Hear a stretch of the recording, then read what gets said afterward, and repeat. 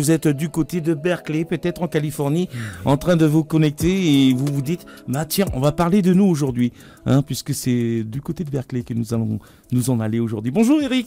Bonjour GG, bonjour tout le monde. Comment ça va? Ça va bien et toi? Oui, bah écoute, j'ai les cellules qui se remettent en place, tout se passe bien. Tu as tes cellules qui se remettent en place. Eh bien, pendant qu'elles se remettent en place, moi je vais accueillir tout le monde et vous souhaiter la bienvenue dans Technique, votre chronique quotidienne sur les dernières innovations technologiques et les avancées scientifiques. Aujourd'hui, comme l'a dit GG, nous allons parler d'une découverte révolutionnaire dans le domaine des neurosciences, l'identification d'un nouveau type de cellules nerveuses. Cette découverte qui a été faite par une équipe de chercheurs de l'Université de Californie à Berkeley, justement. Oh, quelle coïncidence! Quelle coïncidence! Alors, ils ont découvert que ces nouvelles cellules nerveuses, appelées neurones glutamatergiques, comme le glutamate, sont présents dans le cortex visuel. Les neurones glutamatergiques sont des cellules nerveuses qui libèrent le neurotransmetteur glutamate, le fameux glutamate, donc qui est un neurotransmetteur important impliqué dans la transmission de l'information entre les cellules nerveuses. Et jusqu'à présent, les scientifiques pensaient que les neurones glutamatergiques étaient présents uniquement dans le cortex moteur et le cortex somatosensoriel. Et la découverte de ces nouvelles cellules nerveuses pourrait avoir des implications importantes pour notre compréhension du fonctionnement du cerveau. Vous savez, ce fameux organe très complexe. Et les chercheurs pensent que les neurones glutamatergiques pourraient jouer un rôle dans la vision, la perception, mais aussi la mémoire. Voilà, pour tous les étudiants de Nouvelle-Calédonie, ça pourrait peut-être vous intéresser. Il pourrait également être impliqué dans les troubles neurologiques tels que la maladie d'Alzheimer ou encore la maladie célèbre de Parkinson, malgré elle. Voilà, en tout cas, ce sera tout pour aujourd'hui. Merci d'avoir écouté Technique. Les avancées scientifiques sont encore en recherche et restez à l'écoute pour en apprendre davantage. Alors, ce que je sais, c'est que les neurones glutamatergiques ont été découverts en fait dans le cortex visuel primaire et qui est responsable notamment des traitements d'informations visuelles, hein, c'est ça? Exactement. De base. Exactement, GG. Ouais, c'est ça. Donc les chercheurs pensent que ces cellules aussi nerveuses pourraient jouer un rôle dans la perception de la forme, de la couleur et du mouvement. Exactement, GG. Wow. Il a fait ses devoirs. Ah, j'ai fait mes devoirs. Voilà, mais après, c'est vrai que alors d'avoir découvert ces nouvelles fonctions, ces nouvelles cellules, autre part que dans le cortex moteur. Donc ça va leur permettre de travailler peut-être sur comme tu le disais, la maladie d'Alzheimer et de Parkinson. C'est ça. Ouais. Et voilà, grosse évolution. Donc.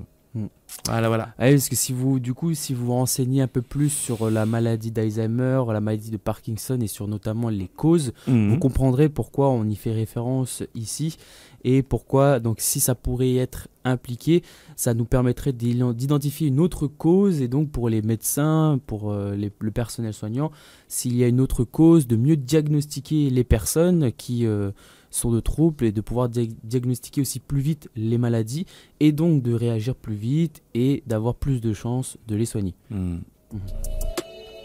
Alors il pourrait également être impliqué dans l'apprentissage de la mémoire visuelle. Alors je ne sais pas si je me trompe, la mémoire visuelle c'était en rapport avec le temps qui est raccourci quand on prend de l'âge. L'autre jour on en parlait, c'est ça? Non, c'est pas ça du tout. Bon, ben voilà, c'était votre rubrique technique. La mémoire visuelle, alors en fait, il y a différents types de mémoire, notamment 3 qui sont connus. Il y a la mémoire visuelle, la mémoire auditive et la mémoire kinésiste.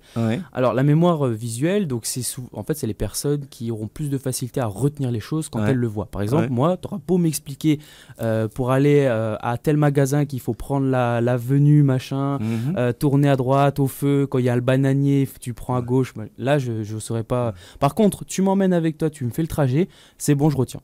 Là, en une fois, je retiens. Voilà, ça c'est la mémoire visuelle. Alors, mémoire visuelle aussi, moi j'ai un gros problème et d'ailleurs je m'excuse auprès de toutes les personnes que j'ai dû croiser et que j'ai pas reconnu. Franchement, honnêtement, du fond du cœur, je m'excuse parce que moi je suis pas physionomiste. J'arrive pas à reconnaître les gens. Bah toi par exemple, moi par exemple, c'est un truc, je retiens beaucoup facilement les visages, mais pas moins les prénoms. Oui. Tu vois, et toi, peut-être, c'est l'inverse. Tu vas peut-être plus Je connais les reconnaître, prénoms et quand je croise la personne, c'est ah ouais, mais c'est. Alors que toi, par exemple, Voilà. l'usage, ça va pas te dire quelque Voilà, chose. Par ça contre, me dès dit que tu vas dire rien. le prénom, ah, Ouais. mais si, je le oui, connais. mais oui, je voilà. Ouais, c'est vrai, Ça. voilà. Et Voilà. voilà, encore une fois, je m'excuse auprès de toutes les personnes que Ah, j'ai c'est pas croisées. grave, tu sais, le cancer, il a bien rattrapé les choses. Tu vois que c'est pourquoi qu'elle faisait plein de plats, plein de gamelles, et que t'envoyais pas la couleur. C'est clair.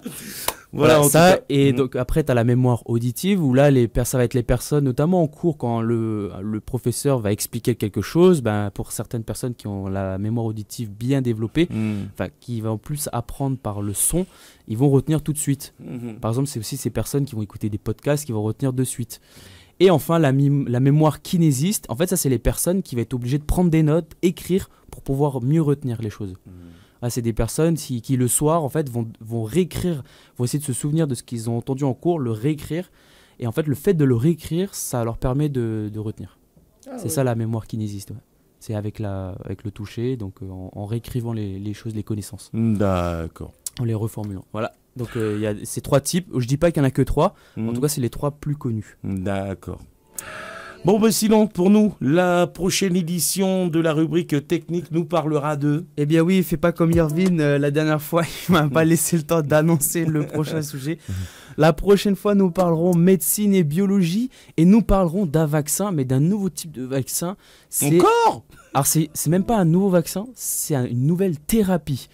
C'est le vaccin inverse pour traiter les maladies auto-immunes, une nouvelle approche visant à reprogrammer le système immunitaire. D'accord. Alors en fait, pour vous expliquer, souvent on entend parler maladie auto-immune, mais ok, on entend parler par-ci, par-là, mais qu'est-ce que c'est concrètement ? On verra plus en détail la prochaine fois, mais en gros, une maladie auto-immune, c'est pour ça qu'on dit auto, c'est parce que c'est une maladie qui va s'attaquer à vos tissus, à vos cellules saines. Voilà, et en fait, le système immunitaire aura du mal à différencier vos cellules, les cellules qui appartiennent par exemple au corps GG, des cellules étrangères. Ouais. Il ne fera pas la différence et du coup, il va s'attaquer aux deux. Et c'est ça les maladies auto-immunes, et vous avez plusieurs exemples. La maladie de Crohn, c'est celle-là dont on va parler la prochaine fois, et bien d'autres, le diabète de type 1, etc. etc. Voilà. D'accord. En tout cas, merci Eric pour toutes ces informations, toujours de plus en plus intéressantes. C'était votre rubrique technique. À très bientôt. Ciao, bye.